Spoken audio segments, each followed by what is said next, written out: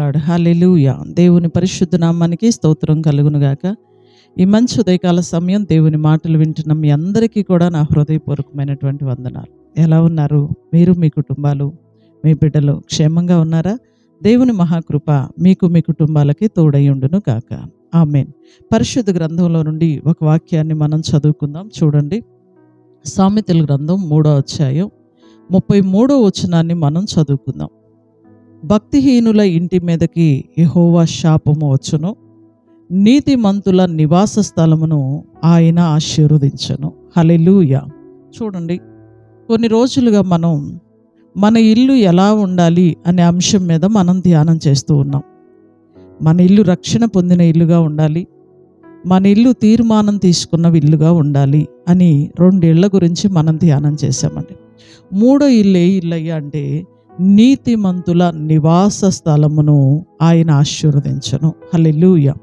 నీతిమంతుల ఇల్లుని దేవుడు ఆశీర్వదిస్తాడు. మనం ఆరాధిస్తున్న మన ప్రభు అయిన యేసుక్రీస్తు వారు ఎవరయ్యా అంటే ఆశీర్వదించే దేవుడండి.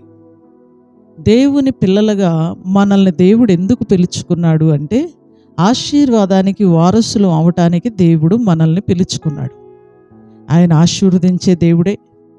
ఆశీర్వాదానికి వారసులు అవటానికే దేవుడు మనల్ని పిలుచుకున్నాడు. కానీ అందరినీ ఆశీర్వదించడు సుమ.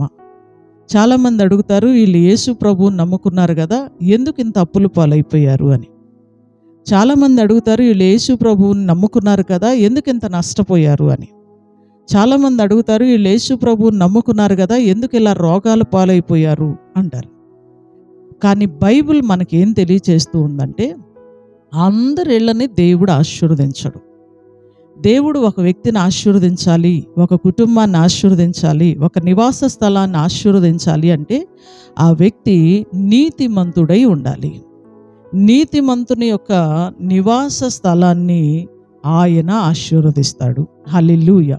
ఎవరైతే నీతిమంతులుగా ఉంటారో, ఎవరైతే నిందారహితంగా బ్రతుకుతారో, ఎవరైతే దేవుని దృష్టికి నీతిమంతులుగా బ్రతుకుతారో వారి నివాస స్థలాన్ని దేవుడు ఆశీర్వదిస్తాడు. ఈ ఉదయకాల సమయం దేవుని మాటలు వింటున్న ప్రియ సహోదరుడా, ప్రియ సహోదరి, మీ నివాస స్థలాన్ని దేవుడు ఆశీర్వదించును గాక. ఆయన ఆశీర్వదించాలి అంటే మనం ఎలా ఉండాలి? నీతిమంతులుగా ఉండాలి, నిందారహితులుగా ఉండాలి. మీరు అడగొచ్చు, అమ్మగారు నీతిమంతులుగా ఉండాలంటే మేమేం చేయాలి అని. దానికి సమాధానం బైబిల్ మనకేం తెలియచేస్తుందంటే రోమీయులకు రాసిన పత్రిక 6వ అధ్యాయంలో 5వ అధ్యాయంలో ఏమని రాసి ఉంటుందంటే అమూల్యమైనటువంటి మాట, ఎవరైతే యేసు రక్తంలో కడగబడతారో వారిని దేవుడు నీతిమంతులుగా తీరుస్తాడు. యేసు రక్తంలో కడగబడటం అంటే నేను పాపిని అని ప్రభు దగ్గర ఒప్పుకోవాలి. ఆ పాపాలన్నీ ఒప్పుకొని ప్రభు దగ్గర పశ్చాత్తాపడాలి. యేసు రక్తంలో కడగబడాలి. వారిని దేవుడు నీతిమంతులుగా తీరుస్తాడు. 2వ మాట చెప్పనా, ఎవరైతే వాక్యానుసారంగా బ్రతుకుతారో, దేవుని యొక్క ధర్మశాస్త్రాన్ని అనుసరించి నడుస్తారో, ద్వితీయోపదేశకాండ గ్రంథంలో ఈ మాట ఉంటుంది, వారిని దేవుడు నీతిమంతులుగా తీరుస్తాడు. ఒకటి, యేసు రక్తంలో కడగబడిన వారిని దేవుడు నీతిమంతులుగా తీరుస్తాడు. 2వది, వాక్యానుసారంగా బ్రతికే వాళ్ళని దేవుడు నీతిమంతులుగా తీరుస్తాడండి. అప్పుడు మనం నీతిమంతులుగా మారుతాం.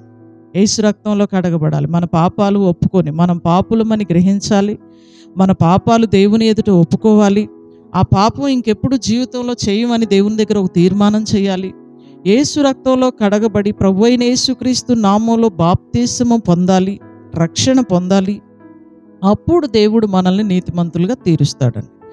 రక్షణ పొందిన మనం అమ్మయ్య నీతిమంతులు అయిపోయాంలే అనుకోకూడదండి.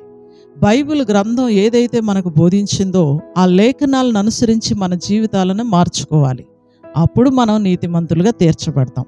ఎప్పుడైతే మనం యేసు రక్తంలో కడగబడి వాక్యానుసారంగా నడుస్తామో అప్పుడు మాత్రమే నీతిమంతులుగా మారుతాం. మనం నీతిమంతులుగా మారినప్పుడు దేవుడు మన కుటుంబాలని దీవిస్తాడు.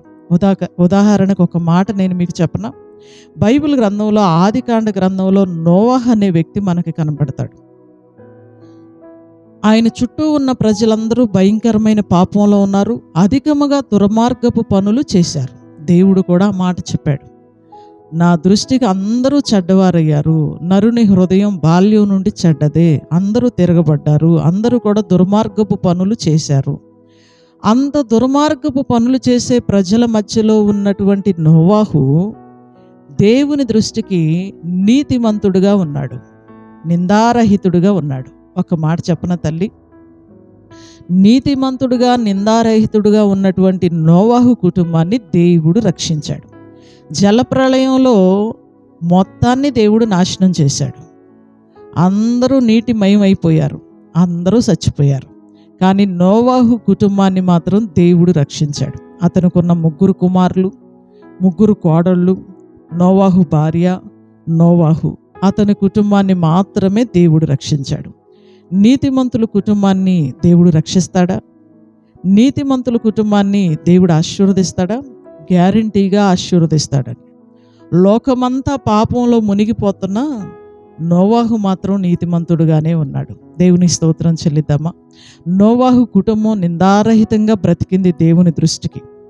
అప్పుడు దేవుడు ఏం చేశాడయ్య అంటే నోవాహు కుటుంబానికి రక్షణ దయచేశాడు. ఆ నోవాహు కుటుంబం ద్వారా మరలా ప్రజలు అభివృద్ధి చెందటం, లోకం అభివృద్ధి చెందటం, మరలా విస్తారంగా జనసమూహంతో దేశం నిండిపోయింది.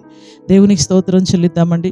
ఒక వ్యక్తిలో నుండి ఇంత ఆశీర్వాదం బయలుదేరిందా అంటే వచ్చిందండి.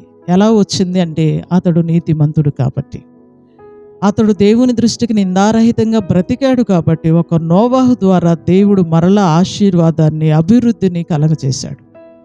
తన పిల్లల్ని దేవుడు దీవించాడు. ఈ మాటలు వింటున్న ప్రియ సహోదరుడా, నీ కుటుంబం నీతిమంతుల కుటుంబంగా ఉందా? నీతిమంతుల నివాస స్థలాన్ని దేవుడు ఆశీర్వదిస్తాడు. దేవుని దృష్టికి నువ్వు నీతిమంతుడుగా ఉంటే, నిందారహితుడుగా ఉంటే ఖచ్చితంగా నీ కుటుంబాన్ని దేవుడు ఆశీర్వదిస్తాడు. దైవ దీవెన కూడా నువ్వు పొందుతావు. ఈ ఉదయకాల సమయం దేవుని మాటలు వింటున్న మీ అందరి కుటుంబాలని దేవుడు ఆశీర్వదించునుగాక. దేవుడు మెచ్చేటట్లు మనం నీతిమంతులుగా మారుదుముగాక. ఆయన ఆశీర్వదించేటట్లు ఆయన రక్తంలో మనం కడగబడదుముగాక. ఆయన ఆశీర్వదించేటట్లు ఆయన వాక్యానుసారంగా మన జీవితాలను మార్చుకుందాముగాక. ఆమేన్. గాడ్ బ్లెస్ యూ అండి. ప్రార్థన చేసుకుందాం. సకల ఆశీర్వాదములకు కారణభూతుడైన మా తండ్రి, మీ ఘనమైన శ్రేష్టమైన నామానికి వందనాలు, స్తోత్రాలు, స్తుతులు చెల్లిస్తూ ఉన్నామయ్యా.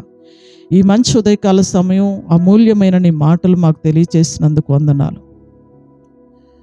మా కుటుంబం నీతిమంతుల నివాసంగా మారాలి నాయన. నీతిమంతుల కుటుంబం ఆశీర్వదించబడిద్ది అని నీ లేఖనాలు మాకు తెలియచేస్తూ ఉన్నాయి. మా అందరి కుటుంబాలు ఆశీర్వదించబడనుగాక.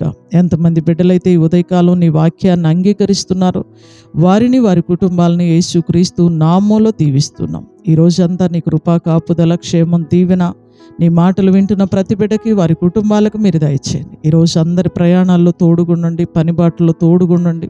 స్కూళ్ళకి, కాలేజీలకు వెళ్తున్న పిల్లల్ని మీరు కాపాడండి. ఉద్యోగాలకి, డ్యూటీలకు వెళ్తున్న బిడ్డలను మీరు కాపాడండి. కూలి పనులకు వెళ్తున్న బిడ్డలందరినీ కాపాడండి. మంచి వ్యాపారాలు చేస్తున్న బిడ్డలను మీరు కాపాడి క్షేమం ఇవ్వండి. అభివృద్ధిని మీరు దయచేయండి. అందరికీ ఆరోగ్య క్షేమాలు, కృపాక్షేమాలు మీరు అనుగ్రహించి దీవించమని వేడుకుంటూ నజరేయుడును శక్తి కలిగిన యేసుక్రీస్తు వారి అతి శ్రేష్టమైన నామములో ఈ ప్రార్థన మనవులు అడిగి వేడుకొంచున్నాము తండ్రి. ఆమేన్. హల్లెలూయా. గాడ్ బ్లెస్ యూ అండి. దేవుడు మిమ్మల్ని దీవించునుగాక. అందరికీ వందనాలు. తిరిగి రేపు ఉదయకాల సమయం ఇదే సమయానికి మరలా మనం కలుసుకుందాం. దేవుని మహాకృప మీకు తోడయ్యుండును గాక. Amen. Praise Lord. God bless you.